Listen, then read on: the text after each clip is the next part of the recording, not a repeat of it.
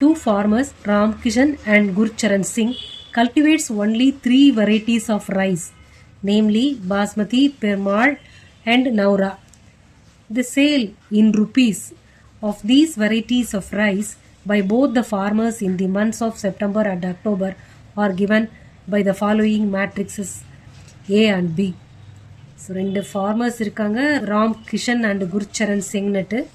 அவங்களோட cultivation September மாதத்துலேயும் October மாதத்துலேயும் பண்ணியிருக்காங்க. So எவ்வளோ சேல்ஸு ஒவ்வொரு ரைஸ்லேயும் அவங்களுக்கு இருந்துச்சு அப்படின்னு கொடுத்துருக்காங்க. ஓகே, இந்த செப்டம்பர் மாதத்தில் ராம் கிஷன் பாஸ்மதியில் 10,000, பெருமாள்ன்ற ரைஸில் 20,000, நௌராவில் 30,000 அப்படி ஏர்ன் பண்ணியிருக்காரு, சேல் ஆயிருக்கு. அதே மாதிரி அக்டோபர் மந்த்லேயும் ஒவ்வொரு டைப் ஆஃப் ரைஸ்லேயும் ஒவ்வொருத்தரும் எவ்வளோ சேல் பண்ணியிருக்காங்கன்னு கொடுத்துருக்கு. என்ன கேட்டிருக்காங்கன்னு பார்க்கலாம். Find the combined sales in September and October for each farmer in each variety. 2 மாதத்துலேயும் combined sale in September and October, 2 மாதத்துலேயும் சேர்த்து ஒவ்வொரு வெரைட்டிலையும் ஒவ்வொரு ஃபார்மரும் எவ்வளோ ஏர்ன் பண்ணியிருக்காங்கன்னு கேட்டிருக்காங்க. அப்போ என்ன, ராம்சரண் பாஸ்மதியில் ஏர்ன் பண்ணது செப்டம்பர்லேயும் அக்டோபர்லேயும் என்ன ஏர்ன் பண்ணாங்க அதை ஆட் பண்ணு. அடுத்து செப்டம்பரில் பெருமாள் அப்படின்ற ரைஸ், இது ரெண்டும். ஸோ அதே மாதிரி குர்ச்சரனும் ஒவ்வொரு ஐட்டத்தையும் ஆட் பண்ணுங்கள், கரஸ்பாண்டிங் டேர்ம்ஸை ஆட் பண்ணுறோம், ஜஸ்ட் அன் அடிஷன். அதான் combined sale in September and October. அப்படின்னா இந்த மேட்ரிக்ஸ் ஏ, இந்த மேட்ரிக்ஸ் பி, ஸோ ஏ ப்ளஸ் பி தான் கண்டுபிடிக்கணும். இப்போ ஏ ப்ளஸ் பி எழுதியிருக்கேன். இப்போ கரஸ்பாண்டிங் டேர்ம்ஸ் எல்லாம் ஆட் பண்ணலாம். இங்கே 1 1 A11 A11 ஆட் பண்ணுறேன். ஸோ 15,000 நமக்கு கிடைக்கும். அடுத்தது 30,000, நெக்ஸ்ட் ஒன் 36,000, 70,000, இது வந்து 20, 40,000, 20,000 வந்திருக்கு. இது மொத்தமாக ராம் கிஷன் அவர் சேல் பண்ணது, இது குர்ச்சரன் இவர் ஏர்ன் பண்ணது, இவர் சேல் பண்ணது. சரி, அடுத்த டிவிஷன் போகலாமா? Find the decrease in sales from September to October. செப்டம்பர்லேருந்து அக்டோபர் எவ்வளோ சேல்ஸ் டிக்ரீஸ் ஆயிருக்குன்னு கேட்டிருக்காங்க. அப்போ A மைனஸ் பி கண்டுபிடிக்கணும். அப்போ 10,000 மைனஸ் 5,000, 20,000 minus 10,000, 30,000 minus 6,000. ஒவ்வொரு டேர்மையும் அதே மாதிரி மைனஸ் பண்ணி எழுதணும்.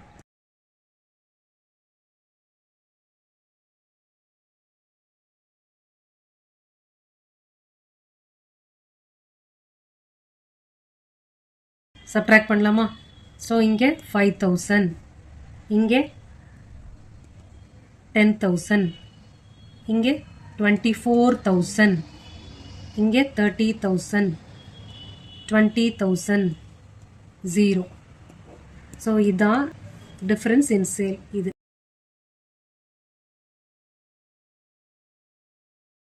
இது டிவிஷன் 1, இது டிவிஷன் 2. தேர்ட் டிவிஷன் பார்ப்போமா?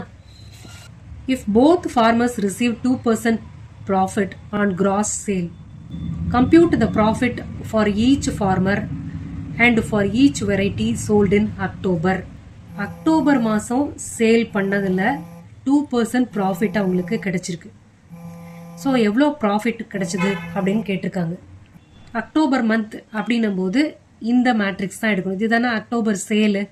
ஸோ அக்டோபர் சேலில் 2% ப்ராஃபிட். அப்போ 2% ஆஃப் பி தான் நம்ம இப்போ கால்குலேட் பண்ணோம்.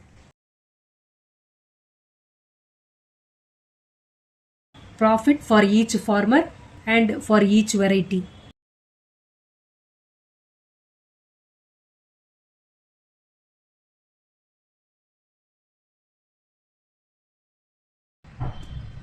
Sold in October, that is 2% of B. B na என்ன, இந்த மேட்ரிக்ஸ் இதுதான். Bல சேல் பண்ண காஸ்ட் இவ்வளோக்கு சேல் பண்ணியிருக்காங்க. அப்போ 2% ஆஃப் திஸ் ஒன் கண்டுபிடிக்கணும். ஸோ 2% ஆஃப் பி அப்படின்னா 2%னா என்ன? 2/100 ஆஃப் B.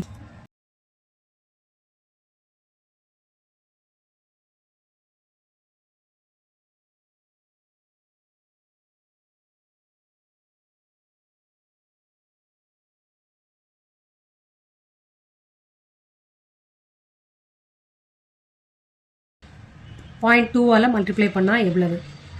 0.2ன்னு போடுங்க. இல்லைன்னா இதே மாதிரி 2/100ன்னு போட்டு அது ஈஸி இன்னும் கேல்குலேட் பண்ணுறதுக்கு.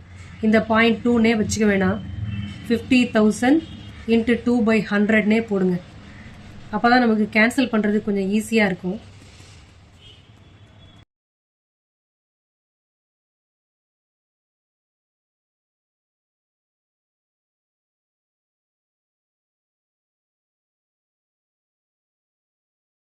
இப்படி இருக்குல்ல, 2 0 கேன்சல் பண்ணிடலாமா?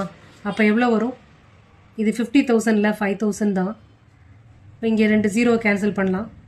கேன்சல் பண்ணால் 50 இன்ட்டு 2 அப்படின்னா 100ன்னு வருது. அடுத்தது இங்கே ஜீரோஸ் 2 0 கேன்சல் பண்ணுங்கள். 100 இன்ட்டு 2 அப்படின்னா 200. இங்கே 2 0, ஸோ 120. அடுத்தது இங்கே 200 இன்ட்டு 2 அப்படின்னா 400.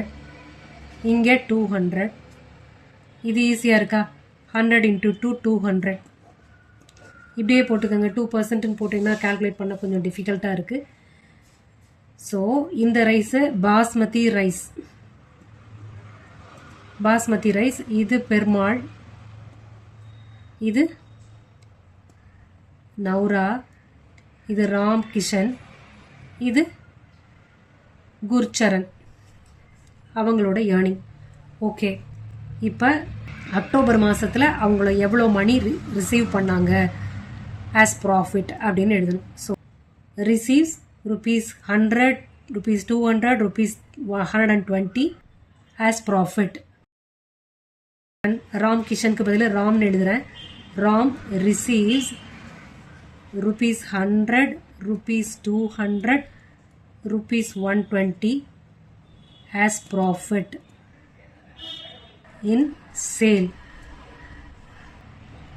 for each variety in the October month. இதே மாதிரி குர்சரனுக்கும் எழுதணும். ஸோ குர்சரன் ரிசீவ்ஸ் இதே மாதிரி எழுதிருங்க. இதெல்லாம் அவங்க ஏர்ன் பண்ண.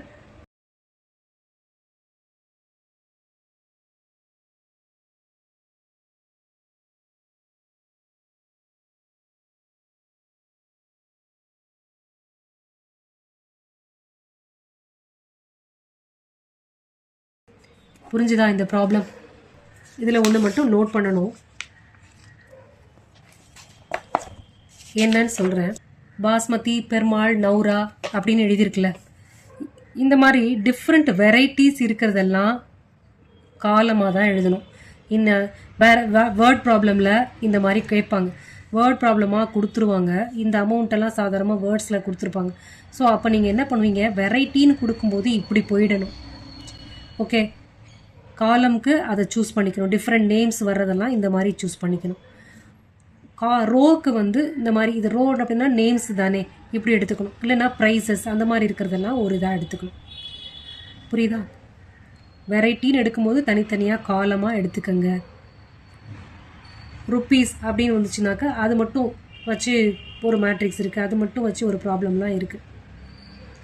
ஸோ இதான் நீங்கள் நோட் பண்ணிக்க வேண்டியது. நெக்ஸ்ட் ப்ராப்ளம் போகலாம். Example 12, find AB if A equal to one matrix, B equal to another matrix. Okay, AB தான் கால்குலேட் பண்ணணும். ஓகே, ஏபி முதல்ல பாசிபிளான்னு நமக்கு தெரியணும். மேட்ரிக்ஸ் ஏயோட ஆர்டர் என்ன? 2/2. ஓகே, மேட்ரிக்ஸ் பியோட ஆர்டர் 2 rows and 3 columns இருக்குது. Okay, so 2/3 matrix. Okay, first row first மேட்ரிக்ஸோட காலமும் செகண்ட் மேட்ரிக்ஸோட ரோவும் ஈக்குவலாக இருக்குது. So matrix AB is possible. Okay, ரெண்டுத்தையும் மல்டிப்ளை பண்ணலாம். ஓகே, அப்போ நம்ம ஃபைன் பண்ண போகிற மேட்ரிக்ஸோட ஆர்டர் எப்படி இருக்கும்? 2 × 3 இருக்கும். 2/3 மேட்ரிக்ஸ் தான் நம்மளோட சொல்யூஷன். ஓகே, ஏபி கண்டுபிடிங்க. இன்ட்ரோடக்ஷனில் சொல்லி கொடுத்தது ஞாபகம் இருக்கும்னு நினைக்கிறேன்.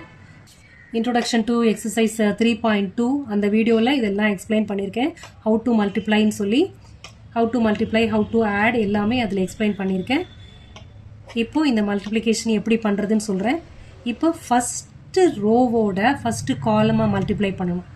So 2 into 6 into 2, 6 2s are 12 plus 9 7s are 63. இதான் ஃபஸ்ட்டு டேர்ம். செகண்ட், இந்த ஃபஸ்ட்டு ரோவோட செகண்ட் காலமாக மல்டிப்ளை பண்ணணும். 6 6 are 36, 9 9s are 81. அடுத்தது ஃபஸ்ட்டு ரோவோட தேர்டு காலம், 6 zeros are 0, 9 8s are 72. புரிஞ்சுதா? ஃபஸ்ட்டு ரோவோட ஃபஸ்ட்டு காலம், ஃபஸ்ட்டு ரோவோட செகண்ட் காலம் இது, ஃபஸ்ட்டு ரோவோட தேர்டு காலம் இது. புரிஞ்சிருச்சா? அடுத்தது செகண்ட் ரோ எடுக்கணும். செகண்ட் ரோவோட first column. So 2 2s are 4, 3 7s are 21. அடுத்தது செகண்ட் ரோவோட செகண்ட் காலம், 2 6 are 12, 3 9s are 27. அடுத்து செகண்ட் ரோவோட தேர்டு காலம், 2 zeros 0, 3 8s are 24. ஓகே, இதெல்லாம் ஆட் பண்ணி எழுதுங்க. 75, 117, 72, 25, 39, 24. ஸோ இதான் நம்மளோட ஏபி. இதோட ஆர்டர் என்ன? 2/3. ஸோ நம்ம கண்டுபிடிச்ச இந்த ஆர்டர்லேருந்து கொண்டு வந்த மேட்ரிக்ஸ் ஃபார்மேட்டு தான் நமக்கு ஆன்சரில் ஃபைனலாக ரிசீவ் ஆகிருக்கு. ஸோ நம்ம ஆன்சர் கரெக்ட். இதர் இந்த அடிஷன் சப்ட்ராக்ஷனில் இல்லை மல்டிப்ளிகேஷனில் வேணால் தப்பு விட்டுருப்போம். ஆனால் இந்த ஃபார்மேட்டு கரெக்டாக வந்துடும். இதை முதல்ல கண்டுபிடிச்சிக்கோங்க. நம்மளோட ஃபைனல் ஆன்சர் என்ன ஆர்டரில் இருக்கணும் அப்படின்றத தெரிஞ்சுக்கோங்க.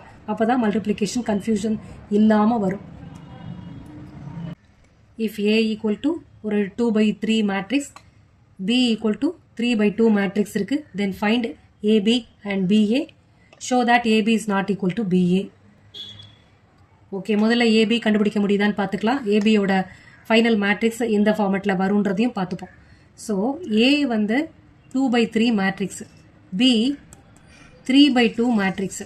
ஸோ இது ரெண்டும் கரெக்டாக இருக்குது. இதோட காலமும் இதோட ரோவும் ஈக்குவலாக இருக்குது. ஸோ நம்மளால் மேட்ரிக்ஸ் ஏயையும் மேட்ரிக்ஸ் பியையும் மல்டிப்ளை பண்ண முடியும். அப்போ ஏபின்ற மேட்ரிக்ஸோட ஆர்டர் எப்படி இருக்கும்? 2/2ன்னு இருக்கும் ஆன்சர். ஓகே, ஏபி மேட்ரிக்ஸ் 2/2 ஃபார்மில் நமக்கு கிடைக்கும். ஓகே, கண்டுபிடிக்கலாமா? AB possible.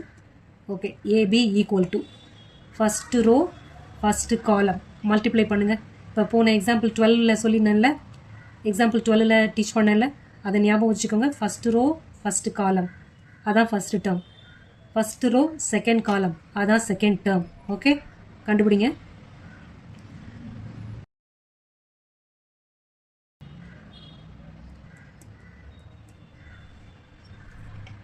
அடுத்து செகண்ட் ரோ ஃபர்ஸ்ட் காலம் இங்கே, செகண்ட் ரோ செகண்ட் காலம் இங்கே.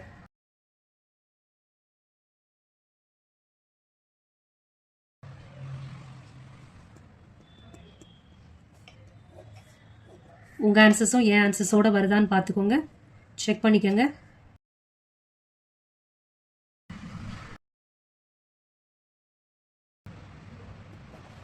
So this is AB. நம்மளோட ஏபி மேட்ரிக்ஸ் 2/2 ஃபார்மில் வரணும், நம்மளும் கொண்டு வந்துட்டோம். Answer correct. அடுத்தது பிஏ. பிஏ அந்த மேட்ரிக்ஸ் பாசிபிளா? அதோட ஆர்டர் எப்படி இருக்கும் அப்படின்றத பார்த்துடலாம். B 3/2 matrix, A 2/3 matrix. So இது ரெண்டும் மேட்ச் ஆகுதா? ஒரே நம்பரா? அப்போ பிஏ பாசிபிள். ஓகே, அப்போ பிஏவோட ஆர்டர் ஆஃப் த மேட்ரிக்ஸ் எப்படி இருக்கும்? 3/3 வரும் ஆன்சர். ஓகே, இப்போ ஃபஸ்ட்டு பி.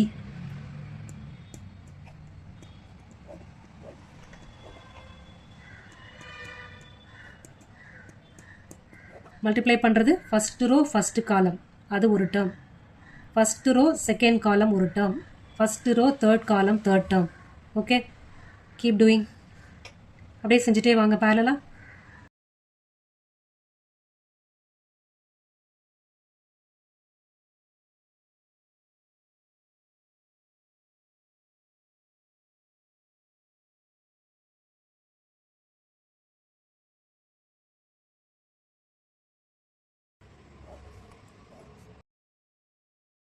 அடுத்து இதெல்லாம் சிம்பிளிஃபை பண்ணிட்டு வர்றது தான்.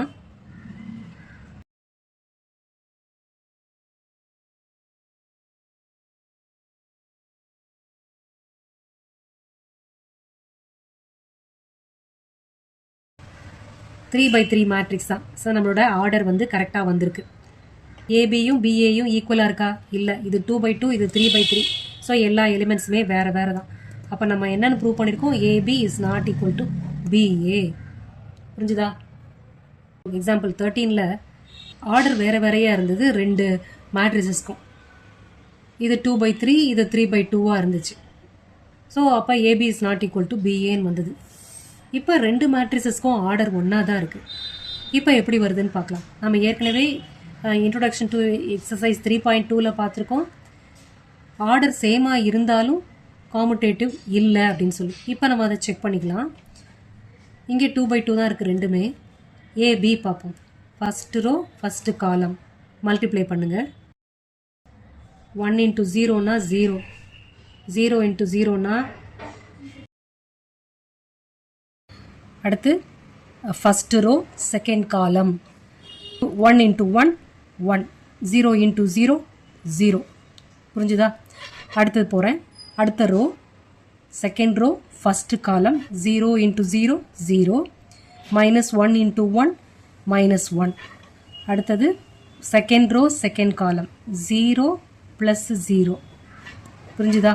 அப்போ ஆன்சர் என்ன? இங்கேயும் 0, இது 1, இது -1. இதுதான் ஏபி. ஓகே, ஏபியும் பிஏவும் ஈக்குவலாக வருதான்னு பார்க்கலாமா? இப்போ பிஏனா திஸ் ஒன் இன்ட்டு திஸ் ஒன்னு வரும். ஸோ 0 1 1 0. இப்போ மல்டிப்ளை பண்ணலாம். ஃபஸ்ட்டு ரோ வித் ஃபஸ்ட்டு காலம் 0 × 1 0 +1 × 0 0. நெக்ஸ்ட்டு ஃபஸ்ட்டு ரோ செகண்ட் காலம் 0 -1.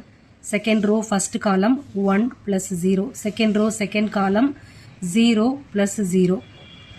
So answer 0 - 1 1 0. So இந்த ஆன்சரும் சேமாக இருக்கா? இல்லை இல்லையா? ஸோ ரெண்டு மேட்ரிக்ஸஸோட ஆர்டரும் சேமாக இருந்தாலும் AB is not equal to பிஏன்னு வருது. So multiplication of matrices is not commutative.